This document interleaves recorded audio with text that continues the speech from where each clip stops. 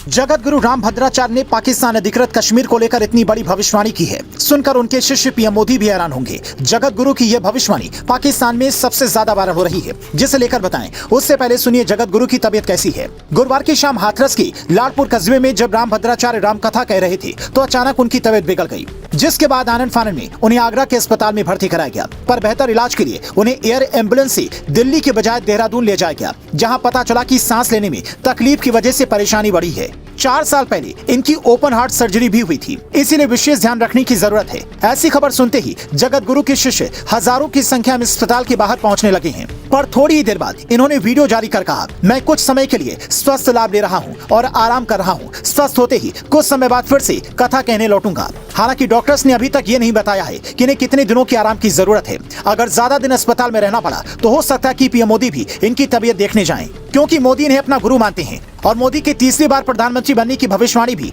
कुछ दिन पहले ही जगत गुरु ने की थी। पर उससे भी ज्यादा बड़ी भविष्यवाणी इन्होंने पीओके को लेकर की थी, जिससे सुनते ही लोग कह रहे हैं कि अगर इनकी बताई तारीख पर ऐसा हो गया तो पूरा हिंदुस्तान इनकी जय जयकार करेगा। दरअसल जगत गुरु राम भद्राचार्य ने नवंबर 2021 में कहा था, हमने कहा था कि राम मंदिर बनकर रहेगा और कोर्ट का फैसला आया और राम मंदिर बन रहा है। अब मैं फिर कह रहा हूं कि हम तब तक विश्राम नहीं लेंगे जब तक पाकिस्तान अधिकृत कश्मीर अपना नहीं हो जाता। हम लोग योजना भी बना रहे हैं कि 2024 तक ये हो जाएगा। प्रधानमंत्री नरेंद्र मोदी ने जैसे कई बड़े मुद्दों को समाधान निकाला है और खासकर कश्मीर पर पाकिस्तान के झूठे दावे की दुनिया के सामने पोल खोलकर रख दी है। कश्मीर से धारा 370 हटाकर दुनिया को एक बड़ा संदेश दिया है। वो बताता है कि पीओके में भी कुछ बड़ा होने वाला है। अमित शाह खुद संसद में खड़े होकर इसकी पैरवी करते हैं। हर हिंदुस्तानी भी यही चाहता है कि जल्द से जल्द पीओके अपने पास आए, जिसके लिए मोदी, शाह और डोभाल जयशंकर को कोई बड़ा प्लान बनाना होगा। हालांकि विदेश नीति की कई जानकार ये मानते हैं कि ये इतना आसान नहीं होगा, फिर भी भारत 3 प्लान पर काम कर सकता है। कश्मीर में इतना विकास करें कि पीओके की जनता खुद भारत में आने के लिए वहां पर आंदोलन छेड़ दे। प्लान नंबर 2,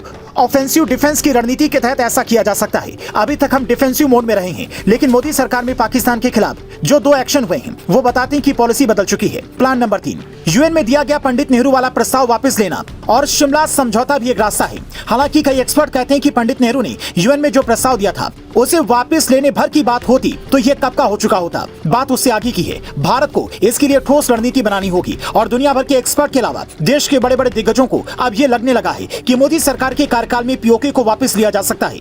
2024 के चुनाव में अभी कुछ महीने का वक्त बाकी है, तो हो सकता है कि कुछ बड़े ऐलान हो या फिर मोदी सरकार तीसरी बार सत्ता में आने के बाद कुछ बड़े कदम उठाए। आपके हिसाब से पीओके को भारत में मिलाने के लिए क्या करना चाहिए?